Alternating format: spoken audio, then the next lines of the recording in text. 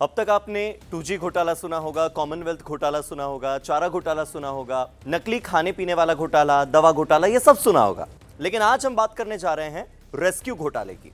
जी हां, mount Everest में rescue घोटाले की बात करेंगे, क्योंकि इस घोटाले के एक्सपोज होने के बाद हर कोई हैरान है, सब चौंक गए। नेपाल में माउंट एवरेस्ट से जुड़ा एक बहुत बड़ा स्कैंडल सामने आया।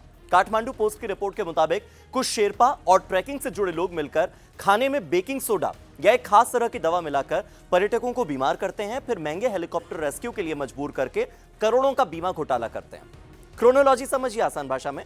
पहले टूरिस्ट को मिलावटी खाना खिलाएंगे, बीमार करेंगे, तबीयत खराब होने पर हेलीकॉप्टर से उनका रेस्क्यू किया जाएगा, उन्हें शहर ले जाकर हॉस्पिटल में भर्ती करवाया जाएगा और इलाज का फर्जी बिल बनाया जाएगा। इसके बाद विदेश में बीमा कंपनियों से मोटी रकम वसूली जाएगी। ऐसे करीब 188 करोड़ की धोखाधड़ी अब तक हो चुकी है और यह मामला सामने आने के बाद नेपाल पुलिस ने इस मामले में 32 लोगों के खिलाफ एफआईआर दर्ज की है।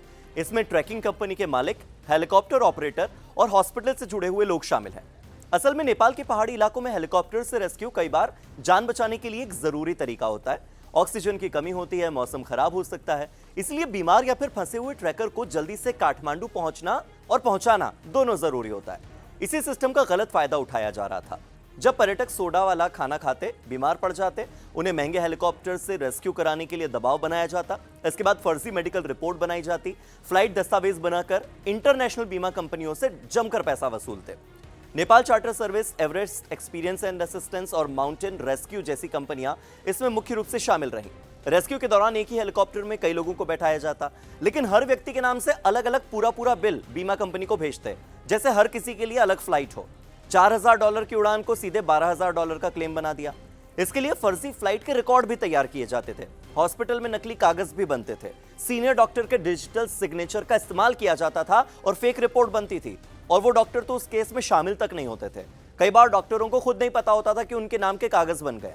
कुछ केसेस में फर्जी रिकॉर्ड बनाकर टूरिस्ट को अस्पताल में भर्ती दिखाया जाता, जबकि वाकई में वो हॉस्पिटल की कैंटीन में बैठकर शराब पी रहे होते थे। विदेश में बैठी बीमा कंपनियां जांच कर भी नहीं पाती। बहुत मुश्किल होता है कि दूर पहाड़ों में असल में हुआ क्या है वो पता कर पाएं। यही फर्जी रेस्क्यू स्कैंडल है।